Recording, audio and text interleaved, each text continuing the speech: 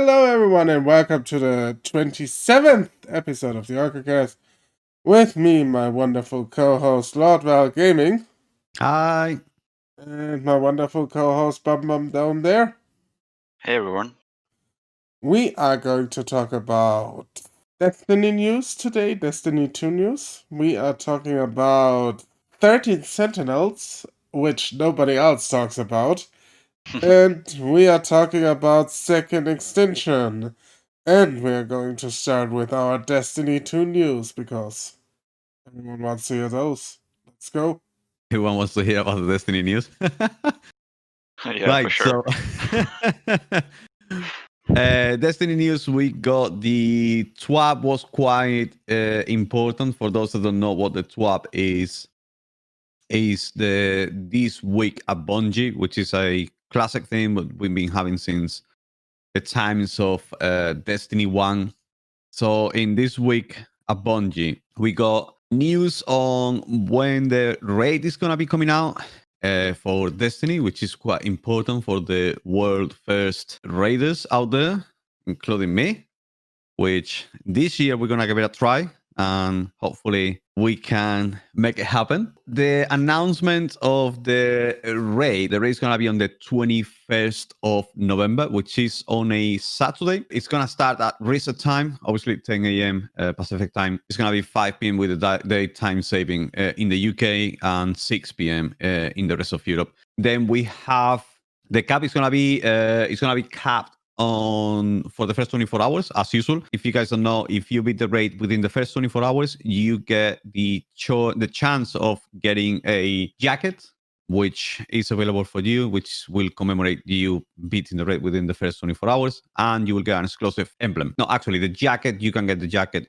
within the first the first week, actually. The emblem is exclusive for the first 24 hours. Then what you have is all the contest mode within the first 24 hours is going to be basically, you're going to be 20 power below each encounter, no matter what your power is. You always gonna be 20 powers below the encounter. I mean, that's been like that since last year, I believe. That's when we started, so everyone is on an even level. The maximum power that you can get before you move on to the raid, like the last encounter, the maximum you can get is to 1230. So once you hit 1230, whatever you go above 1230 is not going to matter. It's not going to help you at all. So basically, once you hit the 1230, that means that you are the maximum as you can be within the first 24 hours in order for you to be able to actually, be at the maximum power on the last encounter, let's say. Artifact power is disabled as well.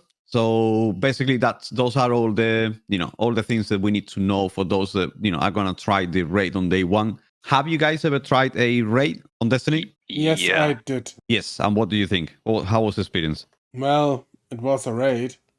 Yeah, that's what I was going to say. It's a raid. You can only do so much in a FPS game when it comes to as a raid. Most MMORPGs that I've had experience playing raids in would rank above Destiny 2.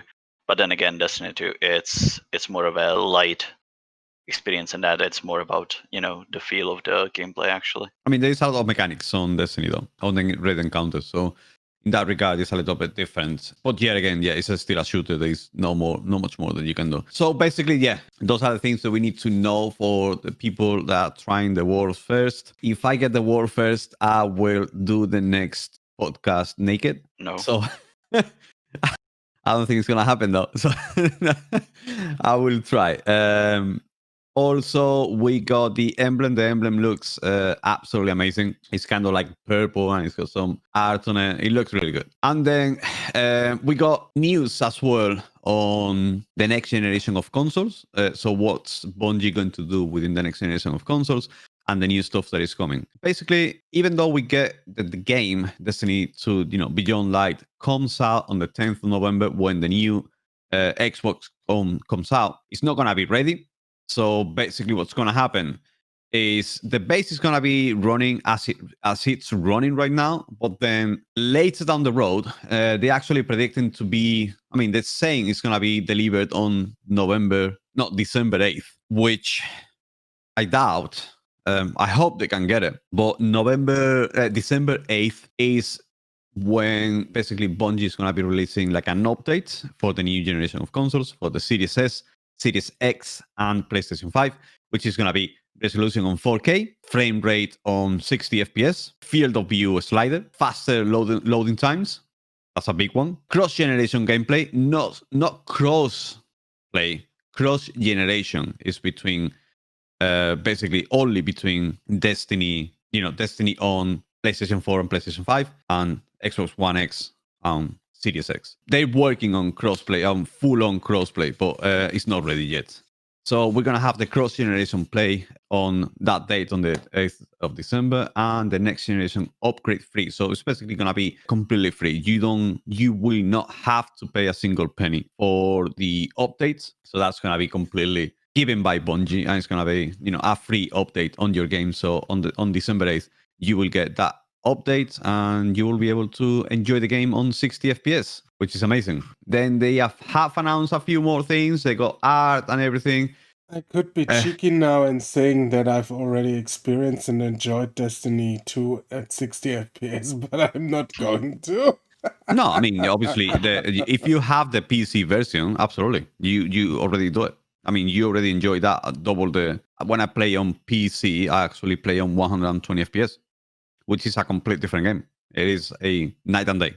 Nothing. The console is nothing compared to what it is on PC. I mean, having 60 FPS on console is quite good. It's really good.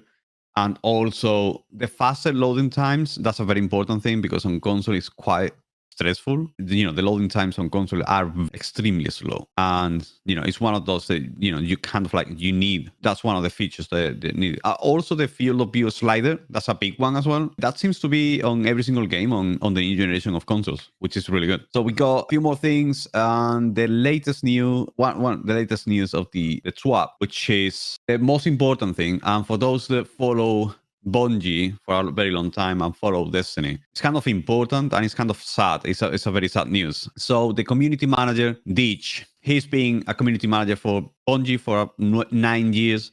He's been the known community manager, the only one on Destiny for the first 5 years or 4 years.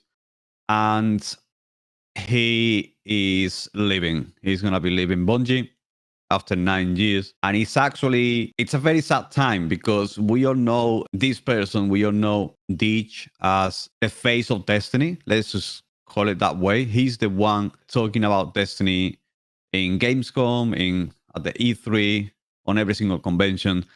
And that is, it's the one person that we've always seen on, being the face of Destiny since day one. So I wish, the best of luck to Ditch because he's an absolute amazing person. He's super kind, super nice, super passionate about Destiny as well, like every other gamer. He plays the game as well. It's definitely very, very sad news to see him. His last day will be the 6th of November, so he will no longer be community manager on Destiny, not even on the release of the new expansion. So do you guys think that is a company move or is a personal move? Honestly, this is the first time I'm hearing the name, so I have no idea. You don't know Ditch. It's quite. I mean, he's No. quite famous regarding. So the question. I'm gonna say probably you're probably the only one that follows Destiny to that degree out of the three of us. So I'm not sure how much Orco knows you. The question I would ask is in return, why could it be personally motivated? Where would he get a new, let's say, position that entitles him with more benefits? Where could he get that? Or if it's a company reason, what are his mess ups in the past? What did he mess up? Is there a reason No. for him to get fired? So I don't think so. So it might probably be personal reasons then. He's always been quite polite on everything. He's a very good community manager. I'm actually everyone was shocked on the Destiny community because he has been the go-to guy always. He's always been, that one that, never had a slip up. You know what I mean? A really good community manager. He's been, obviously he's been around for 9 years. He knows what he's doing. and always, being super passionate and super kind to everyone. It is definitely very sad news. In my opinion, I think he's just leaving because he's looking for a new challenge or something. Those people tend to get super well known in a community, and the community is well managed. Those people tend to get offers from bigger companies. So maybe after New Year's, you'll see him somewhere in one of the community teams for Microsoft. Maybe, who knows? Let's see how it goes. Best of luck. Like I said, best of luck for all of us. He's been the face of Destiny for the longest time. Always being active, always being kind to everyone. He's also, like another one of us. He's another guardian. He has spoken very, very passionately about everything. He's been super passionate about the game, super passionate about every single expansion, everything they do, and he's been the first one to apologize when things are not being going right. Absolutely, like best of luck to him. I hope the future, we get to see him again on another amazing game, and he's the community leader again, and we get to see and enjoy his presence once again on every single convention. With that said, I think that's all for the this week at Bungie. The two big things, in my opinion, is the world's first raid that we know the date now, 21st of November at reset time, and Ditch is leaving Bungie. Mark your calendars. The race is gonna be hot. There's gonna be a lot of people trying to get that raid done on day one. Are you guys gonna tune in for the raid on? You probably don't even. You guys probably don't even care, isn't it? Yeah, I'm not even gonna. I mean, I would lie to you if I said, yeah, I'm going to go in hot. Well, if you guys want to watch it, I'll be streaming it on my channel. That's gonna I be. might just go back into Destiny. It's quite an important date. I mean, hopefully we can at least complete it within the first 24 hours. I mean, who knows? We complete it within the first.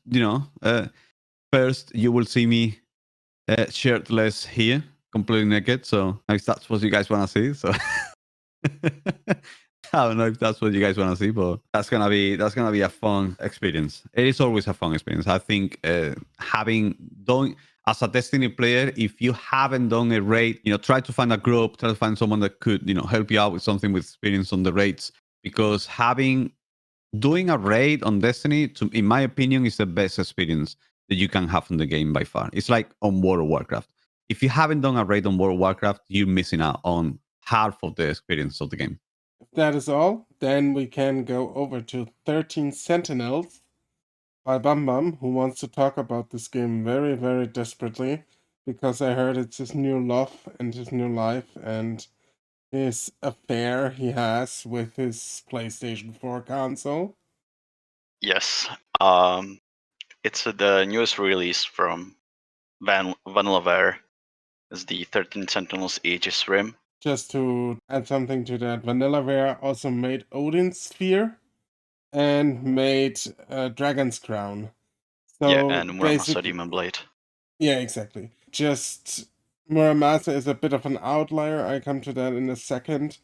But Odin's Sphere was a PlayStation 2 game. Dragon's Crown was a PlayStation 3 game, and now their new game, 13 Sentinels, releases on PlayStation 4.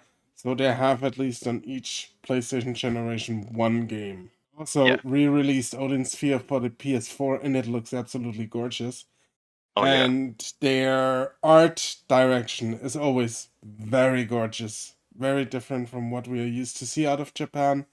So you might want to take a look. Like, to start off, the game looks spectacular. It's Vanillaware at their best, and it's a bit of a departure for them because it's not really a fantasy game. It has a modern setting, then it has a sci-fi setting, and the closest we get to a fantasy, it's them setting one part of the game in looks like to be 1940s Japan, and the story revolves around teenagers that go to this high school, live their lives, and suddenly giant kaiju and robots happen seemingly nowhere. The game is you uncovering how that happened, what actually is behind all of it, and then you also take part in the final battle against the kaiju, the monsters that appear. The game's separated into two parts. I think the biggest chunk of the game is essentially what could be called a visual novel. There are parts that are more of a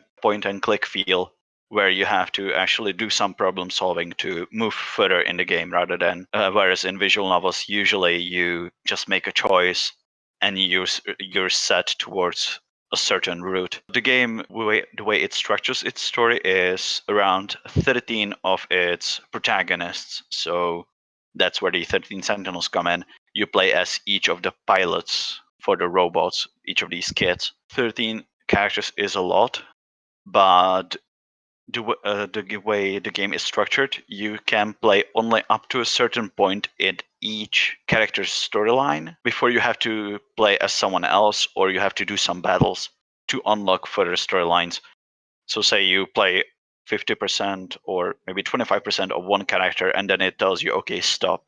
There is this criteria you have to meet. Either you have to finish this many battles in the story battles, or you have to actually play as one character up until this point, so you get more understanding for the story. So when you pick up that character again, from that point on, it will also jump off of every single character that you had to play before, and it continues the story. And I like that. It's not like some visual novels structure their story where you can pick any character and it always starts right at the beginning. It doesn't really hinge on you knowing the story, and it doesn't take that into account because it's the game designers were thinking, oh, like they're gonna play through every single storyline, so in the end it's gonna come together. Here I think it gives a more directed approach to the story, and you get really well paced story that gives you, like it hits the action beat, the emotional beat, and then gives a really cool payoff at the end. How would you describe the story? The story is there's a lot of references. There's references to H.G. Wells's World of Worlds with some of the kaiju designs. We don't get tripods, but we have these giant crane-looking things that look kind of like the tripods from World Worlds. Reference to Terminator, to Matrix. There is time travel or sort of time travel. There's also a bit of the story feels like really well developed take on the M. Night Shyamalan's The Village. There's a lot going on in the story, and as you play through, even like 15 hours into the story, you're still getting twists, and that essentially change the entire perception of the story. At some point you find, oh, it's like they're jumping through time, and then it's like, are they really, or is it something else? And then where did kaiju come from, and when does the story of the game actually take place in relative to what happened before you pick up the control and the story starts. That's one of the coolest parts, and I think it's super well written. I'm not so hot on the English dub because some characters are spectacularly voiced, some of them are but I think it's more of the result of the current situation. It happens And, always, doesn't it? No, I think it's more of the current situation where they can't all of them get into a booth under a single voice director, Okay. and everyone gets the same directions, and like there is that one voice director that directs all of them with like their vision of make every character sound consistent. Some of them sound more cartoony, some of them sound more like straightforward, less cartoony. I think it's just, that's the result of the current situation. It originally wasn't even in the game. It was released later as a patch. Yeah. So It might also be just budget constraints at this point. I yeah, think Vanillaware works entirely on their own, and they don't have like a big publishing house behind them. They have Atlas, and Atlas is notorious for not spending money. So that's a bit of a thing. But then again, the Japanese voice acting is just top notch all the way around. Even there, because there's so many characters, you get pretty much every single archetype of a character throughout the game, from like media like anime and Japanese media in general. So it's cool. Like you get a Sukeban girl, which are that's a slang for like a female gang leader in a school. Then you have the typical dada girl that likes everyone. You have the delinquent guy. You have the playboy, the shy nerd. And while you can put most of them in like a sort of a bracket, each of them is very well developed, and in the end supersedes whatever bracket you put them in at the start. And I think that's where the emotional and then the final payoff, the emotional moments and the final payoff come in. These characters just get to shine, especially through the writing. There is a lot of moments where you just feel like essentially fist bumping the character. Something really cool happens, and it's not just in the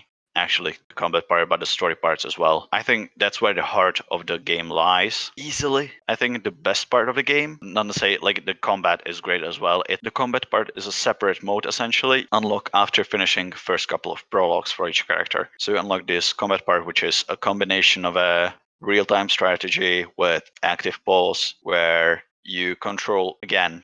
You can make the robots build up your strike team, which is 6 of the characters can go in a strike team, and you can. That means you have direct control over these characters. And then 7 characters act as defense for these points on a map that you have to defend, and they will attack anyone that comes in close. I think the only weaker part of the game is that the combat itself is not. There's not enough depth. Maybe just I wanted more depth. Maybe this is just on me, because I thought it was going to be something more along the lines of Front Mission, because I adore Front Mission. Front Mission is a franchise of turn-based strategy games from Square Enix that centers around mech combat. Essentially, it was the closest thing we had to a BattleTech game before we got actual BattleTech games. And here it's a bit of a combination of that, where just goes a little bit lighter. The depth slightly increases as you go on through the story, because you unlock more subsystems for each of the modes. At first, essentially, you can't even upgrade your robots, but as you go through, you slightly unlock, okay, now you can actually upgrade your robots. You can unlock skills. Essentially, you unblock weapons that are on the robot already. There is 4 generations of robot. Each of them is a separate type. So you have generation 1 that are melee robots. So for them, usually you can unlock new melee attacks or special skills dependent on the pilot. So some of them can use like a close range explosion that essentially nukes everything around the robot, or another one will get a short range EMP that will make every single flying enemy just crash down to the ground, or you will neutralize shields on enemies that are shielded. Then you have Gen 2, which are like the all-rounders. They have a combination of close range attacks and long range attacks. So these tend to have like really good machine guns and sort of strong missile attacks, and a really super powerful melee attack. But when they use that melee attack, essentially, all of their power is gone, so they will not be able to use much of the other skills. Generation 3 goes full on into long range, and they specialize in railguns, which are these super strong guns that can pierce through an entire line of enemies and destroy them all at once. And then you have Generation 4, which are straight up support. They have weak weapons, but they have support skills. They can give shields, heal, otherwise mess with enemies, and they also can fly, so they're not limited to just moving through the streets, whereas every other robot and most of the non-flying enemies, when you're on the map, you're in a city and you're adhering to roads, so you have to move along the roads. And that's a part of it as well, because everything's happening in real time. So as you give orders, the game pauses when you're giving orders. But when everyone's taking out the order you've given them, real times kicks in, so everything moves at once. So a bit of a super hot or a roguelike, like old school roguelike, where everything moves as you do. I would say it's a spectacular game. I was hooked on it all the way through. It's about 32 hours to finish completely, and I was hooked all the way through. It's great characters, amazing art style, great music, light but still very serviceable and enjoyable combat, a strategy game, a lot of story to chew through, because as you also go through the combat, you gain points, and you can spend those to unlock essentially dossiers or on things that happen in the story. So if you want to know more about a character, you can actually unlock the dossier on the character, and then you will slowly through the story get updates for that dossier, so you will get to know more. And in case there's something you're not super sure of, you can just unlock it and be like, oh, okay, so this chronicles the entire thing on that character. What happened to the story up to the point where you got the newest update, and it will continue to update until you essentially get every single event with that character. It's up there when it comes to Vanillaware games. It's better than Odin Sphere. I think Odin Sphere is one of the best games ever, and it's super hard to top. but for what I've played this year, it might be pretty damn near the top of all the games I've played this year. It's just so good, and I'm kind of heartbroken that Atlas is just completely neglecting to promote this game because it's so good. It Sounds to me like is. it's a very good game. Same question as always. Only on console Yeah, or only on it's just PlayStation PS4. exclusive? It's just PS4. So it's not exclusive. Yeah. It has a PS4 Pro enhancement. So if you have PS4 Pro, very sure the game runs at 60 at 4K. I would like to see a different release though. I hope it makes its way to PC and Yeah, or possibly Switch. I can actually play it. I can see it coming to Switch, especially because Catherine released on Switch in August, Yeah, no. and that's Atlus as well. So I Hopefully, wouldn't be fingers surprised. crossed. Sorry, I can see it being a really good game to have on the go. I'm looking at the Odin Sphere package for the PS4 right now. My personal wish for Atlas would be that they release a Vanillaware compilation for Steam. Odin Sphere, then the weird game they made for the PS1, or was it for the Sega Saturn? I don't remember, but there is one. And Dragon's Crown, because Dragon's Crown is great. I need more Dragon's Crown in my life. Pick Amaranth Thighs, save lives. Yes, I think Dragon Crown's also on PS4 as well. I think I've seen it. It has a PS4 enhancement as well. Yes, Uh, yes, I have Pro. that as well. It's one of the collectible items I got for the PS4. Yeah. They're beautiful. All right. Hmm. So, if there are no more questions for 13 Sentinels, shall we move on? Behind me is what is called a T-Rex. Why is that behind me? Because I'm running away from it, you can just see the motion. I will be talking about Second Extinction. What is Second Extinction? Second Extinction is a up to 3-player co-op shooter that is firmly a love child between Turok and Left 4 Dead. There you go. I just described the entire game for you in one sentence. I think it rings very much true because the interesting part about this game is that it is super fast paced, super fast shooting. The dinosaurs move very fast, you move very fast. What happens is you select a mission from a map, so you have the entire map at your disposal. There are different missions on that map. You can select with a varying degree of difficulty. The varying degree of difficulty means also you might be getting into trouble with more and more dinosaurs, and I mean like a lot of dinosaurs. You select your drop point where you will be dropped off on the map. This can be strategically close or further away. Why you would choose further away, I will come to in a minute. And then you just go do your mission once you're dropped off and shoot dinosaurs. On your way, you might encounter side quests. These side quests give you experience points. And experience points is what you use to level up your character, obviously. Experience points, I don't know how the scaling works, but I can tell you that the first mission you will be finishing doesn't necessarily give you a level, depending on how you play it.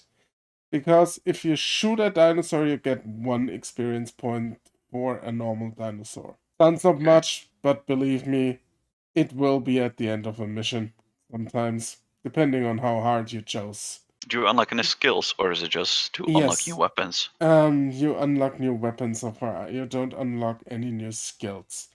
I will be coming to that in a minute. You have 4 characters. I've tried 2 so far. I've tried Rosie and I've tried Jürgen, and Jürgen is the best character ever made. Nobody can dispute that ever.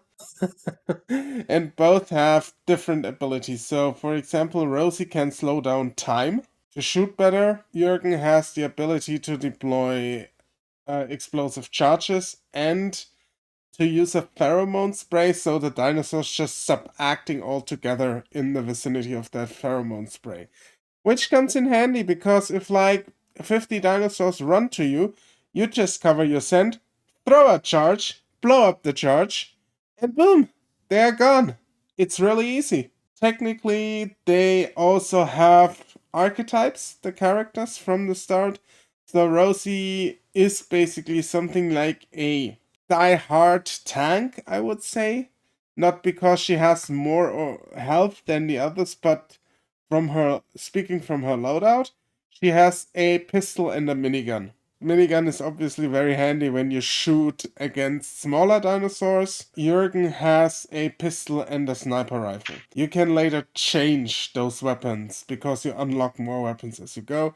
For example, if you reach level 3, you will unlock a submachine gun, which is a much better combination with the sniper rifle than the pistol. And this is basically the game so far. They don't have any microtransactions in place right now, but I'm fairly certain they will come because they already talked about skins and everything. What It's else? basically like open world, or it's a storyline. No. It's like, imagine it like Warzone. You get dropped into a map and you have a goal, a set goal. For example, one of the mission is go into a mine, place some explosive charges on a minecart, and bring the cart down to the center of the mine so it can blow up and destroy the dinosaur nest. That would be Okay. the main goal of the mission. But you're free to roam the map anyways. So There there are is a set side timer then. goals. There is no timer. I haven't seen Yes. any timer. Okay.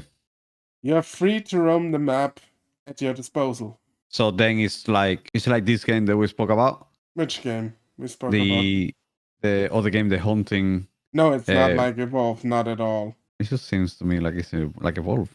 No.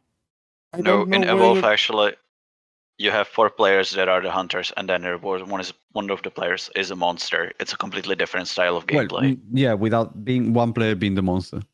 I mean, No, I mean I you then kind you of can do like objectives. then and you stuff. can call Left 4 Dead an Evolve type of game.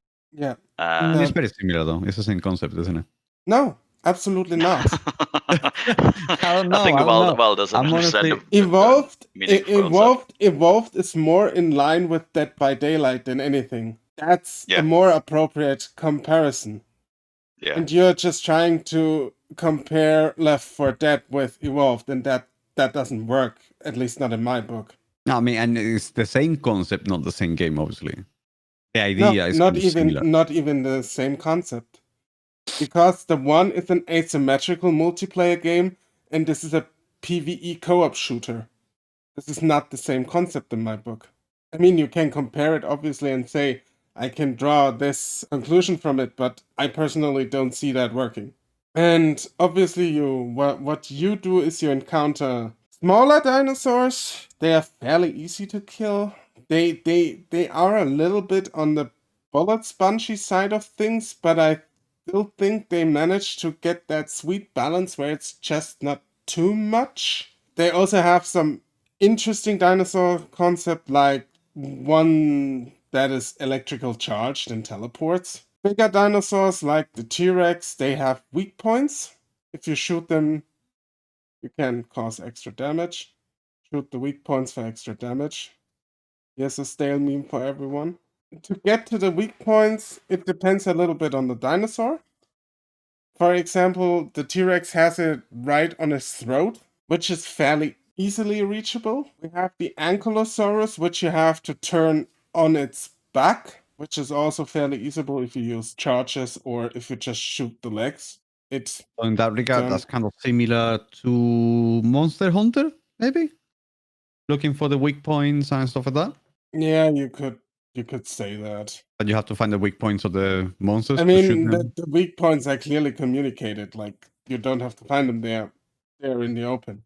You just have to, like, get the monsters more into positions that you can abuse the weak points.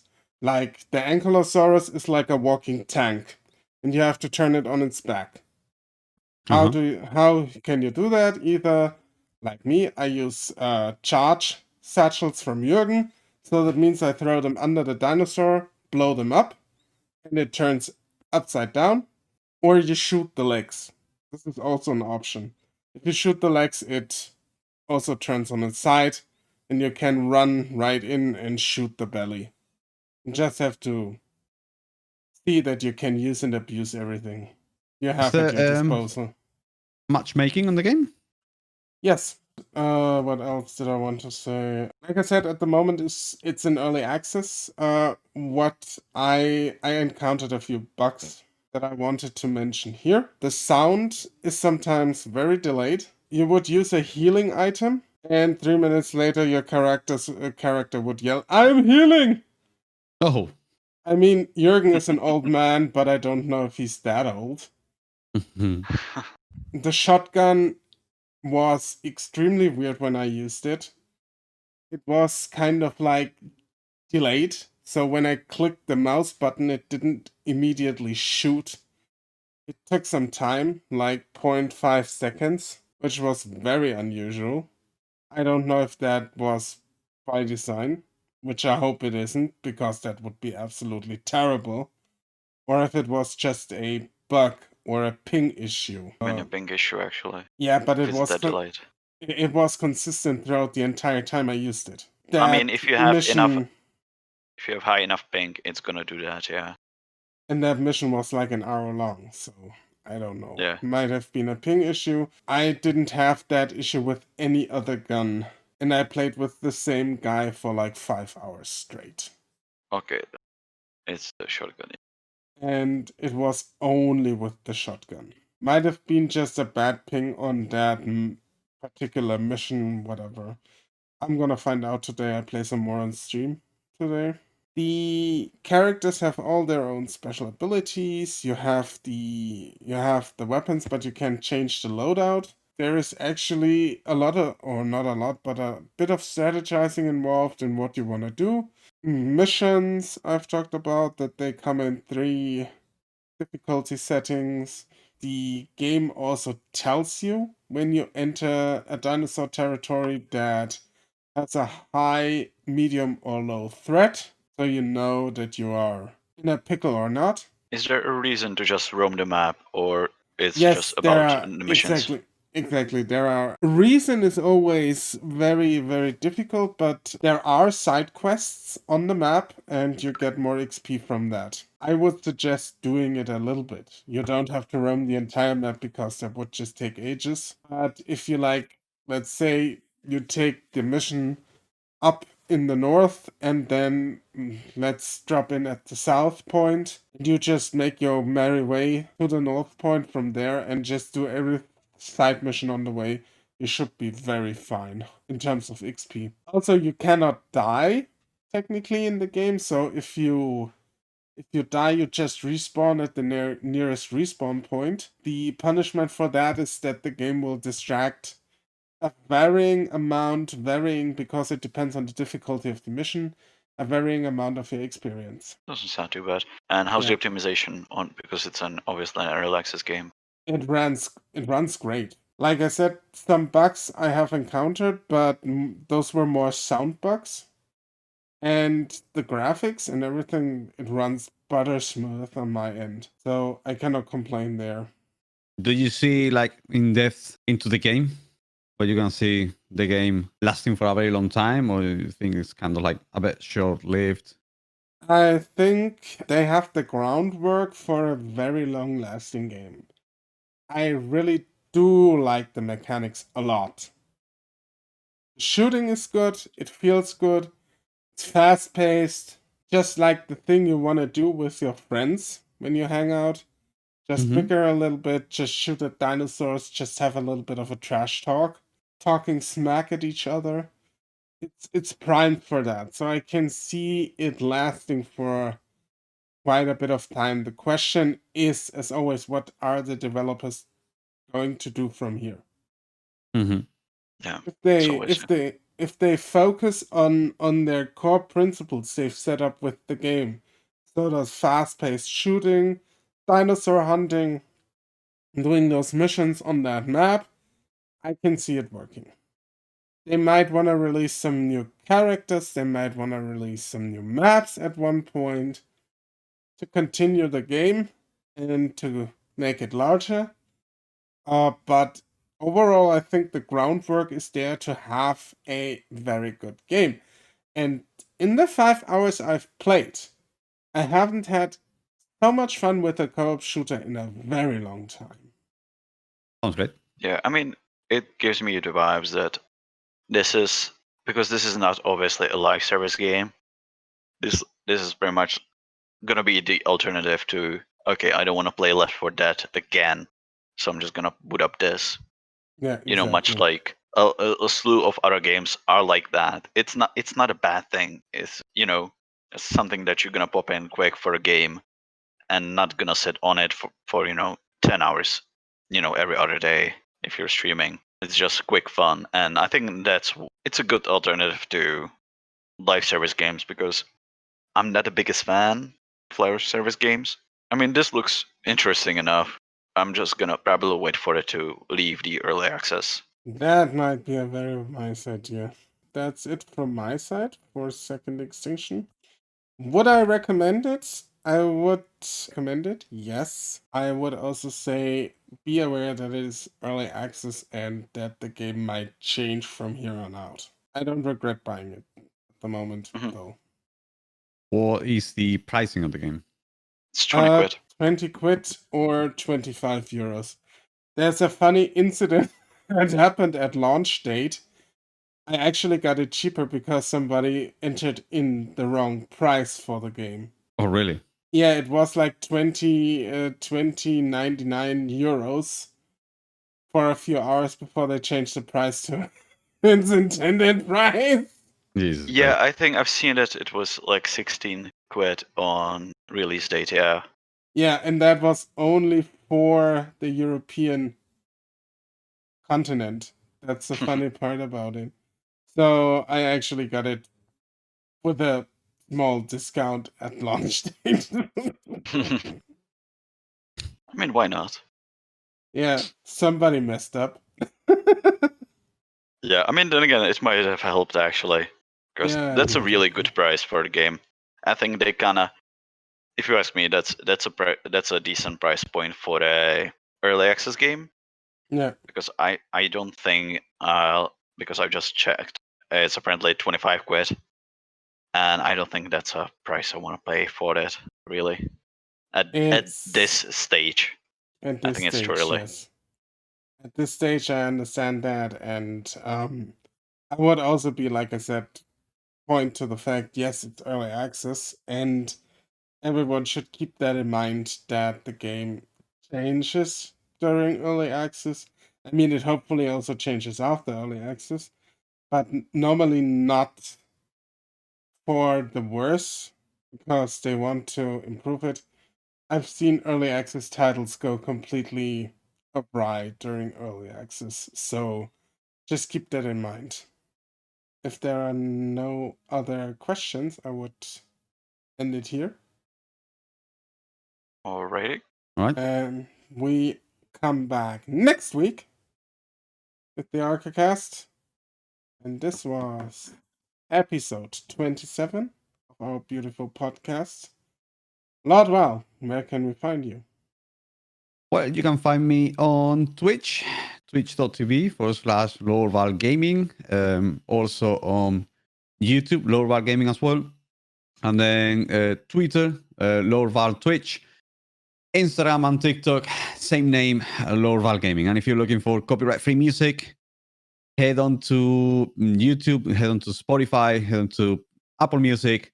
Just type Lorval Gaming and you will find all copyright-free music there. Nice. Bam bam. I might be in your chat at some point. Awesome. He doesn't get old. And you can find me on twitch.tv/theorcosaurus, twitter.com/theorcosaurus, and Instagram Orcosaurus. And I'm also on every other avenue in the world. Just put in Orcosaurus, look for the orc, and you'll find me. And yeah, that's it for me. This has been a blast. Orcocast episode 27 is in the can. Thump us up, thump us down, tell us in the comments how wrong we are, how right we are. just comment away, and take good care, everyone. Until next time. Bye bye. Bye. Have a good day, everyone.